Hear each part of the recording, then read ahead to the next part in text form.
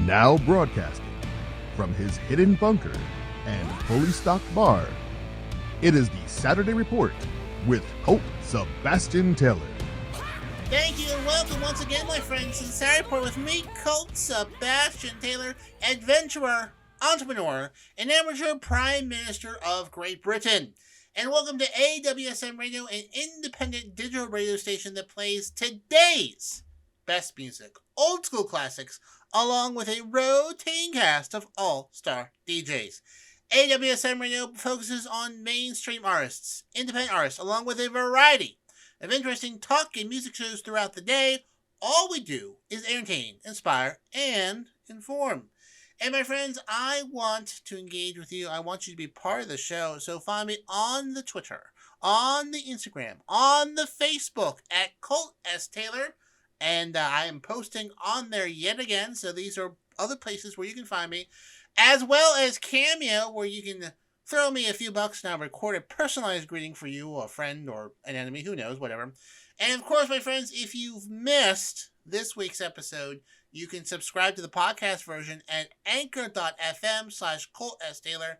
And there are like 8 other places on Anchor FM, other places where you can listen to the show. It's on anchor.fm/Colt S. Taylor. Help you out there. And of course, if you haven't already, bookmark ColtSebastianTaylor.com. All right, my friends, let's get started with this week's Saturday Report. First up this week, my friends, we go to New York City, where Mayor Adams, the mayor of New York, announced plans this week to make Diwali, the Hindu Festival of Lights, an official New York City school holiday for the next academic year. Now, this holiday, listen, friends, the Colt Sebastian Taylor, the Saturday Report with Colt Sebastian Taylor, is an international show heard around the world, including with large followings in India. And so they'll be very familiar with this this festival, as well my many listeners. I am very familiar with it. I've had many friends who celebrated Diwali. And it is, like I said, the Hindu Festival of Lights. It is also celebrated by some Buddhists, but also by Sheikhs and Jains. And it would replace another holiday in the New York school system called Anniversary Day, which was known for many years as Brooklyn Queens Day, as a day off for city public school students. According to Mayor Adams, in a statement that was released, we acknowledge Diwali. We are going to encourage children to learn about what is Diwali. We're going to have them start talking about what it is to celebrate the Festival of Lights, and how do you turn the light on within yourself. There's too many children in our Department of Education that believe their lives is a dark moment after a dark moment. Now, the holiday is a 5-day festival, or originated, for those who are unaware, centuries ago in what is now known as India. It is associated with a variety of Hindu deities, which I am going to mispronounce because I cannot pronounce anyone's names correctly. Lakshmi, the goddess of prosperity, and Ganesha, the god of wisdom. Yes. Adams' announcement comes 2 days before the holiday begins, October 22nd. So it actually does begin today, October 22nd, the broadcast of this show. So happy Diwali to everyone. The main day celebration is on the 3rd day of the festival, the same day which would be ultimately commemorated in city schools. Is not likely to this holiday is not likely to begin until next school year, because to make a school holiday, it requires a bill to be passed in the state capital of Albany. So they are going to substitute Diwali for Anniversary Day. And you're probably yourself, what's Anniversary Day? Well, it commemorates the anniversary of the first Protestant Sunday school in Brooklyn, and has been celebrated on the first Thursday in June for decades. According to a statement released by the congressperson, the Assemblywoman Jennifer Reckamur, in removing the antiquated Anniversary Day school holiday that is observed by no one, my legislation makes room for Diwali, For over 2 decades, South Asians and Indo-Caribbeans in New York have been fighting for the Lawi school holiday. I stand on the shoulders of those advocates. So, listen, there is a not large, but there's a significant population of folks in the United States that celebrate this holiday, even more so in New York City. So this is great news. It's a great festival. I know several people who observe it, and it's a great holiday. It's a great holiday and deserves recognition. So, took entirely too long for New York to recognize this holiday, but I'm glad it's finally getting there. So, my friends in India, as well as other places around the world who celebrate this holiday, happy Diwali! Hope you have a lovely Festival of Lights. Next up, folks, it's time for one of my favorite segments. It's time for a Kanye West update, also known as Yee. Well, guess what, friends? Yee is making some moves. He's shaking some bayhales. He's dancing in some bushes. I don't know what other phrases you would use. He's buying a social media website. That's right, my friends. Much in the steps of crazed Bond villain Elon Musk buying Twitter, Kanye is buying Parler. Probably ask yourself, gosh, what is this social media channel Parler? Well, it proclaims itself to be a free speech social media website where people can post things on there. It is, well, there's like 3 of them out there. They're just awful places to go. There's Parler, Donald Trump's Truth Social, and Gab. All of them just, the folks that got kicked off of Twitter for unable to follow the rules about spreading, conspiracy theories about vaccines and the Holocaust and all those things, those people eventually end up on these 3 places, with Parler being one of them. Now, Kanye West, the Yeaster, you probably yourself, hey, why is he going there? That seems like an odd place for him.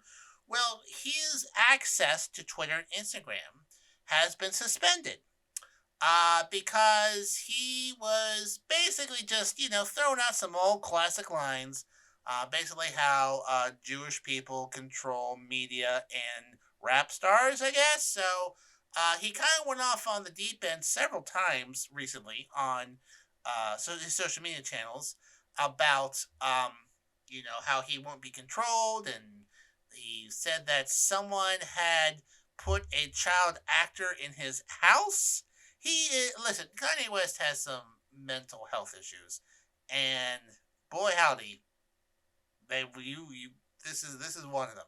He clearly needs some assistance, and I'm not quite sure who is taking advantage of him, but, well, you know what, actually, I think I can say. So, one of Kanye's more recent adventures was going to Paris for a fashion show because he considered himself a fashion designer, and he was on the stage with Candace Owens. Now, Candace Owens is another right-wing commentator.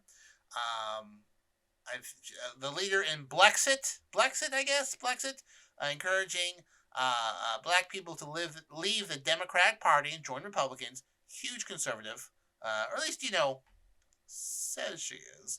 I think there's a lot of grifting going on. Well, she appeared on stage with him, and Kanye West had a White Lives Matter hoodie on because he thinks all lives matter. Because, he thinks Black Lives Matter is a scam. Regardless if it is or isn't, that is how he feels. That is why he is wearing it. And he was staying with Candace Owens, another notable critic of the Black Lives Matter movement, as well as anything remotely leaning to the left. Boy, do you know who she is dating right now? Do you want to know who Candace Owens is dating right now? Just so she's dating George Farmer. Who's George Farmer? Just the CEO of Parler. So there is a popular theory that Parler, of the 3 alternative right social media channels out there, Parler is, as some would say, a bit of a ghost town. Not a lot of people are on there, apparently. Just a lot of copying and pasting stuff from other places. There is a thought that perhaps Candace Owens kind of tricked Kanye West into buying this to help bail it out because it was kind of losing money. So, is it true? I don't know. That's just what I read in the papers. But, yeah. So I guess Yeaster is buying Parler. Hey, go more power to you. I wish I had the money to do that sort of thing. So it's he doesn't officially own Parler yet. He's agreed in principle, which means he is moving towards it. Will it happen? We'll see. Or Parler become Parley? Yes. That's a good one. We shall see. I guess he still plans to run for 2024. He's wearing 2024 hats, so I guess he's gonna run for office again. Well, I hope so. Oh boy, I wish I was a bit less scrupulous, or I would try my best to grift as much money from Kanye West as possible, because this guy is just burning money. Although I do sincerely hope somebody around him gets him back on his meds. He's admitted he has mental health issues. He's admitted it. And it is tough to watch, but he is apparently surrounded by people who think that buying Parler is a great idea. I don't know, maybe I'll join. No, I won't. Oh, I totally forgot. One funny thing about this Parler thing. So when this deal was made, Parler sent out an email to all of its users. But the person who sent the email put all the email addresses as carbon copy, not blind carbon copy. So when the email was read, everyone could see everyone else's email in it. So, top-notch operation they got going on there. Top-notch. Next up, folks, we go to a popular subject to me, education. And once again, I, Colt Sebastian Taylor, can tell you what is exactly wrong with education in America today. And it may surprise you. It's parents. Yes, my friends, it's parents. Parents are the problem with education. Parents are the problem in education. It's not secret curriculum.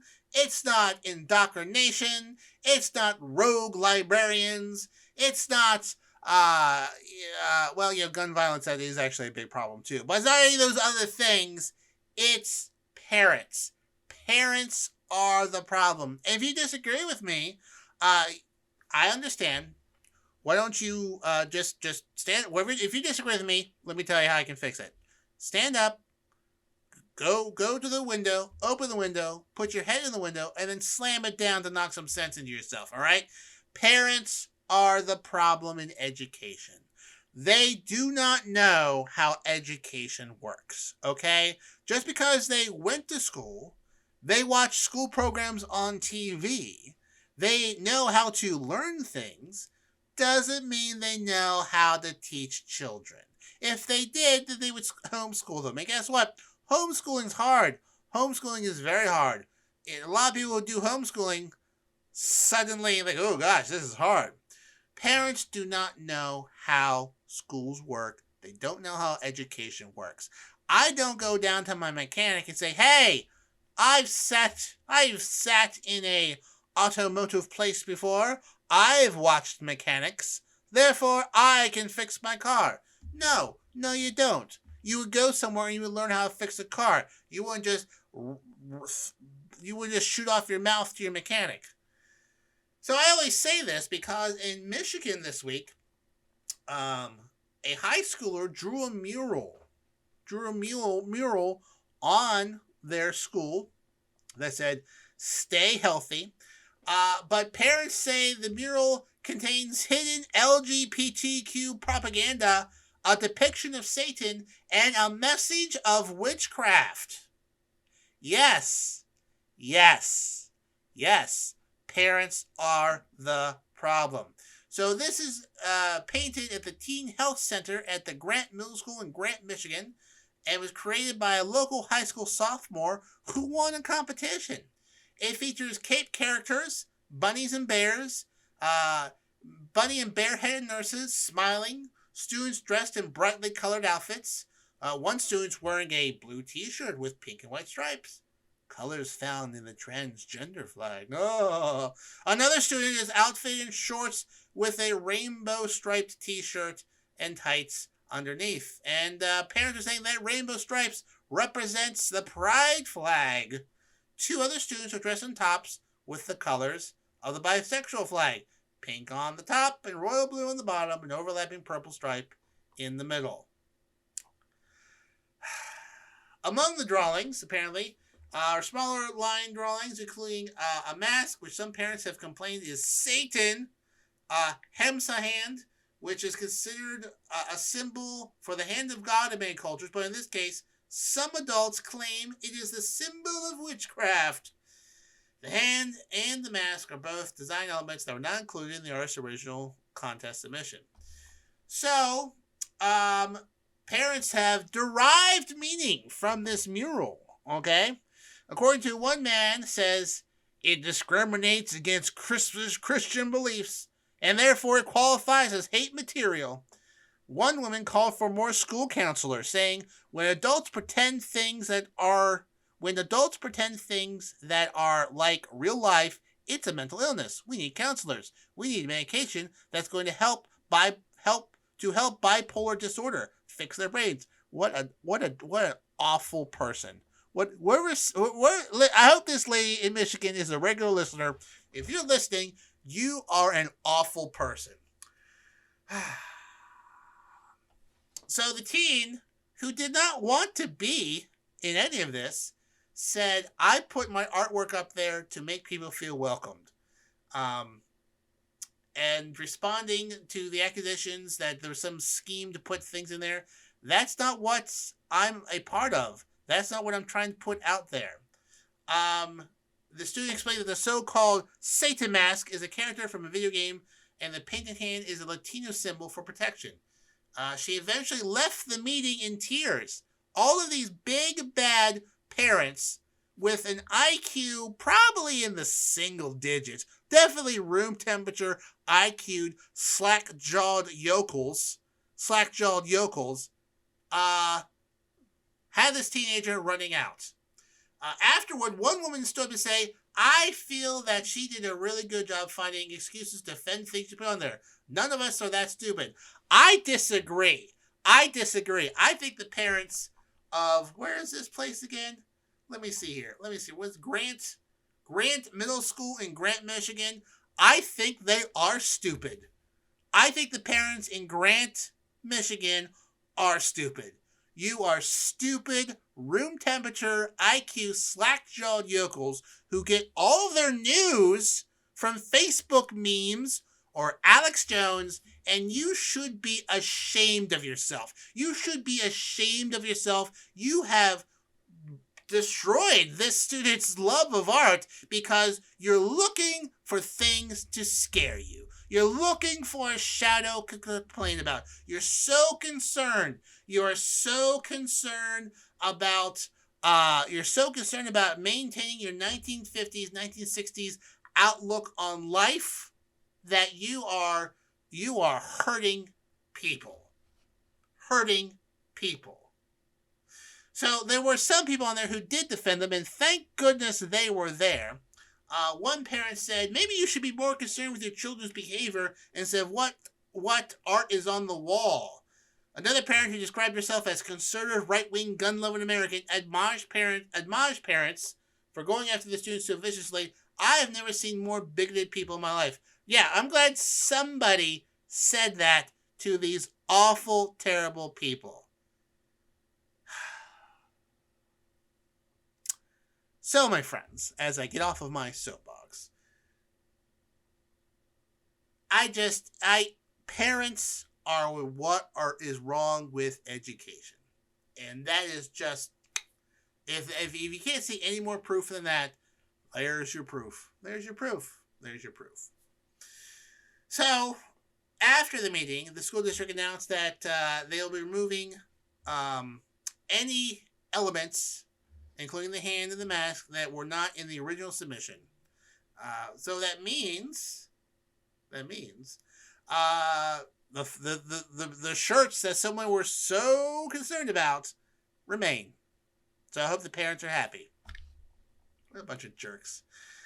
Finally, in the statement by the school district, it said that at Grant Public Schools, we are committed to promoting civility, respect, understanding, and inclusion. We do not condone and will not tolerate discrimination, harassment, bullying, whether in word, deed, or on social media. So, hopefully this artist will get the support that they need because, you know what? I'm looking at the picture right now. For a sophomore, not too bad. I could not do that. I'm an artist with words, of course, but paint stuff? Nope.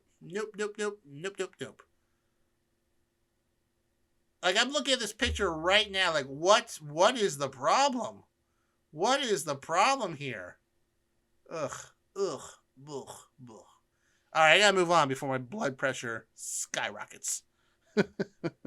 My friends, when I get heated about things, I just need to dance. Dance the night away. And when I dance on Friday nights at 9 p.m., I'm listening to DC Live in Effect. Yes, that's the segue. DC is our in-house DJ, and he mixes it up every Friday night at 9 p.m. You do not want to miss out while he smashes it on the ones and twos, kicking the beats from South Florida. And now, sometimes I even get upset on Saturdays. Well, on Saturdays, I dance still. And fortunately, DC is there for me, too, for DC House Party Saturdays, where DC brings his freestyling DJ to the max. House Party Saturdays gives you all the Miami vibe without actually having to be in that state. From the top clubs to the bars, DC will bring the party to you Saturdays at 10 p.m. And then, my friends, sometimes on Sunday, I'm still a little upset. So I dance again to DC Live in Effect again. So just to review for those out there who were taking notes. Friday nights at 9, DC Live in Effect. Saturday nights at 10, DC House Party Saturdays. And then Sundays at 10 p.m., DC Live in Effect once again. Only on AWSM Radio. Next, friends, we go to Great Britain, the home of King Charles III. So, when Queen Elizabeth was queen, she had 15 prime ministers. Well, King Charles III is about to get his second because Liz Truss, the Prime Minister of Great Britain, after only 44 days in office, became Prime Minister 2 days before Queen Elizabeth passed away. She's resigned. She has resigned at the shortest Prime Minister in history. The next one on that list was a Prime Minister for like 100 and some days. He died in office. She was only Prime Minister for 44 days. What is going on over there? It is a basket case, political crisis like none other. I can't think of any. I really can't think of any. So basically, I won't go into too many details, but the long and the short of it is, she became Prime Minister. There's lots of inflation there. Apparently, Joe Biden is causing inflation over there because that's all he does is cause inflation. And so they had this plan to tackle inflation and promote growth. And she had her chancellor, which is basically the person in charge of taxes and budgets and stuff like that, release a budget. And the markets did not like it. The markets tanked. The currency markets fell. Now, the British pound is generally higher than the dollar, and they almost became a 1-to-1. Lowest in 30-some years. So bad, and the interest rates shot right up. So bad that the Bank of England had to buy bonds. Like, they've done that before, like during COVID-19 or natural disaster or some sort of international event. they generally don't try to save the economy when the government does something. So over the course of the next 3 weeks, there were various announcements. U-turns were a thing. People were reversing. The chancellor got fired, barely about 2 months on the job. And then this week, she came out and she said she would resign, triggering another leadership election in the United Kingdom. So for those who may not know how that works in the United Kingdom, basically, when a prime minister resigns, there is a leadership election. So people within the Conservative Party, in this case, will now select a new prime minister. Now, if they pick someone new, that means this is the third prime minister from the last time they had a general election. And a lot of people are calling for a general election. The last person who won the general election was Boris Johnson. So we go to Boris Johnson, Liz Truss, and then possibly another person who is three removed from the last general election. Last time, this leadership process took like 2 months. Obviously, they can't really take that long this time because, government crisis, inflation. So they're hoping to wrap this up by the end of next week. So there's various rules to become, prime minister, get nominated. Last time you had to have 25 nomination letters put in. So people in the Conservative Party, members in Parliament would nominate people. And there were 8 people who ran, and they had some votings and runoffs and et cetera, et cetera, et cetera. And then the last 2 went around, had debates. Well, this time, they are not going to do that because they're you need 100 nominations to be nominated to be the next prime minister. There's only 300 some members, so at most, there's going to be 3 choices. So far, those who are saying that they're going to run, who have a shot at it, this is due to betting, Rishi Sunak, who came in second during the leadership election over the summer, Penny Mordaunt, who came in third, actually, and Boris Johnson, yes, Boris Johnson, the guy who resigned because his government collapsed in June, says he wants his job back and will run again.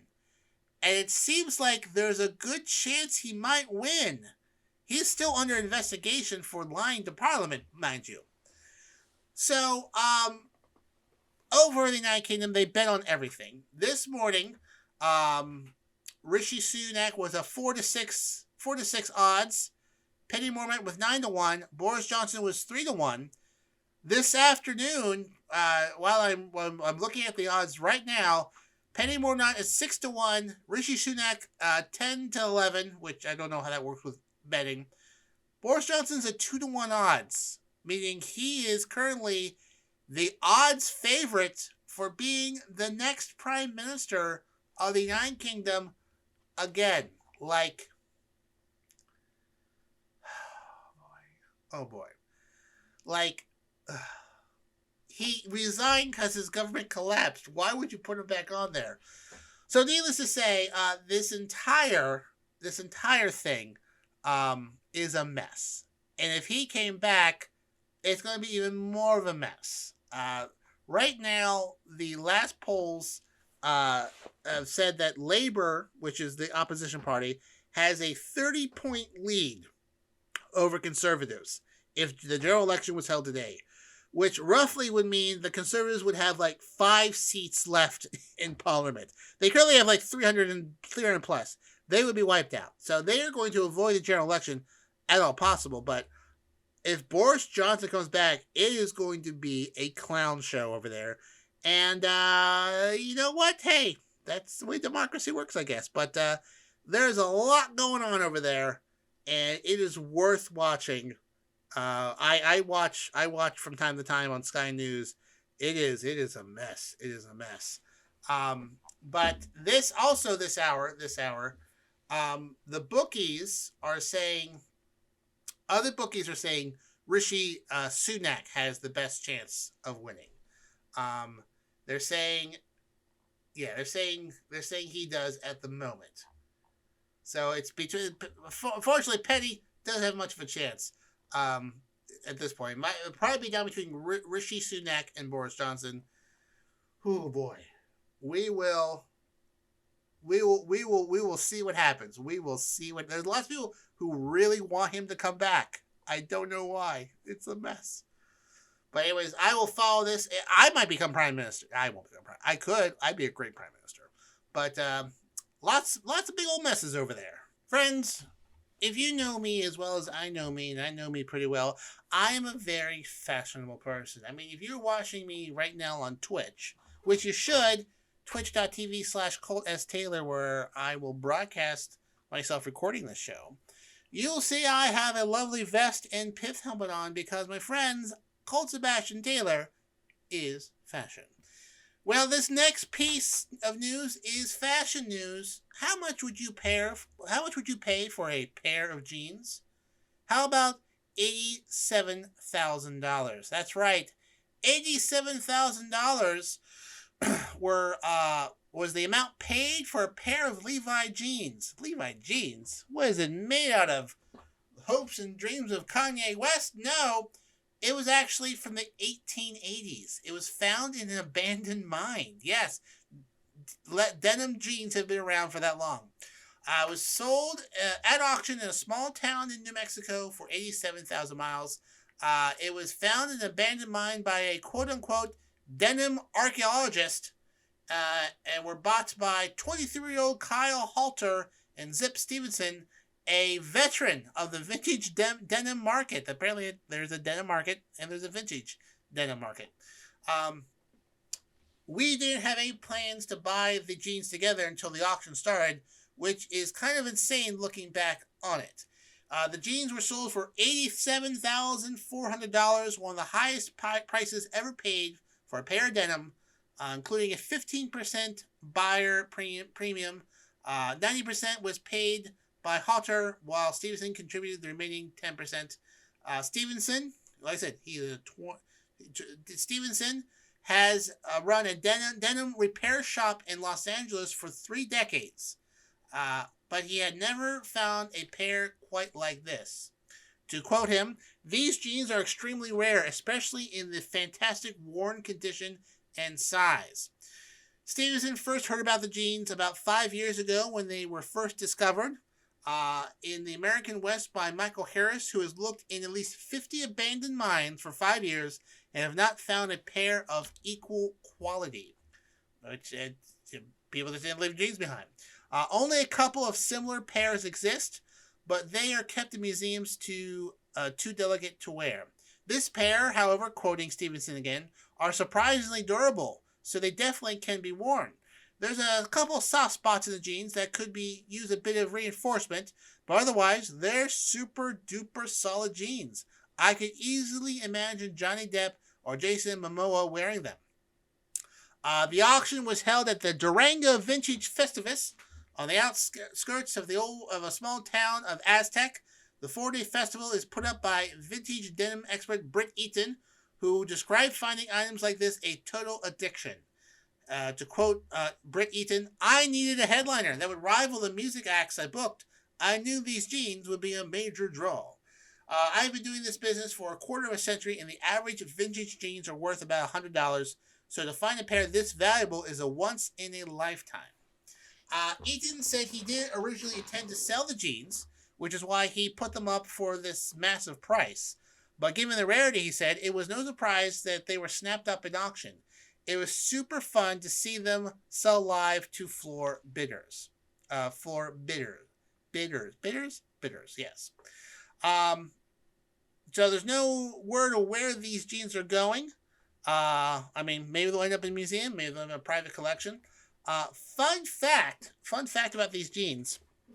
The jeans are also on the inside pocket of these jeans. Mind you, they were made in the 1880s. It says, "The only kind made by white labor." Ooh, boy. Oh, boy. Oh, boy. Yeah. Ooh. Wall Street Journal cited a Levi's spokesman to explain this, said the company used the slogan after the introduction of the Chinese Exclusion Act in 1882, which barred Chinese laborers from entering the U.S. Wall Street says that Levi's dropped both this policy and the slogan in the 1890s, which is why part of the reason why they were able to date the jeans back then, because they had this really awful slogan in there. The act itself was repealed only in 1943. Yeah. So, what do they plan for these jeans, you said? I mentioned? Well, according to Stevenson, he would say, we would consider offering them for sale to an extremely interested private buyer. But he added that he would prefer that they are bought and displayed in the museum, such as the Smithsonian or the Metropolitan Museum of Art. For right now, they are kept in a safety deposit box in Los Angeles and are available for viewing by appointment. Friends, there are several certain things in life that you can depend on. One of them is death. The other, taxes. And this year, the IRS has made some adjustments to the tax brackets and standard deductions due to inflation. That's right, my friends. So the standard deduction for a married couple has jumped by 7%. So you can now deduct $27,700. For those filing separately or single, sorry there, would-be lovebirds, the deduction is now $13,850. Up from $12,950, an increase of 6.9%. And then head of households, which is one I don't really understand, is jumping up to 7.2% higher than last year. And then tax brackets are also jumping up on roughly 7% increase. So, for example, if you are in the, if you're in the 37% tax bracket, the highest one, that now starts at $578,125, up from almost $540,000 last year. So they make these adjustments every year in taxes, which you might not have been aware of. But these are the newest changes. Other changes are to the flexible spending accounts. They have increased that up by 7%. Earned income tax credit for those who have at least 3 children has gone up to $7,430, and capital gains brackets have adjusted. You can now give $17,000 in gifts to someone without taxes, up $1,000 from last year as well. And the estate tax has also increased to almost $13 million exempt. You can exempt the first $13 million of an estate. So, if anyone wants to put me in their will or give me a gift, please do. My friends, because I don't have a wealthy benefactor or numerous high-priced sponsors for this show yet, I have to read these ads. But these ads, they're not a burden, they're a joy, because they are some of my favorite shows.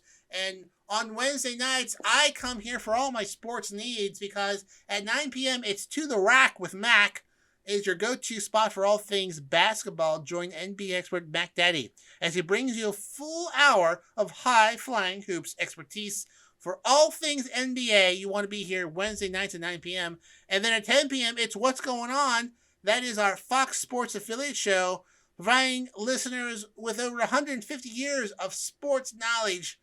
Hosted by Nate Brown and his crew, they have become a staple of Western New York sports for the last 20 years, and now they have a national show, and now you can hear it also on here Wednesdays at 10 p.m. So to review, 9 p.m. To the Rack with Mac, 10 p.m. What's Going On, only here on AWSM Radio. Well, my friends, before we leave you today, I have to apologize. I realized I was saying the Hindu Festival of Lights incorrectly. It is Diwali. Diwali, not Diwali. Diwali. Diwali.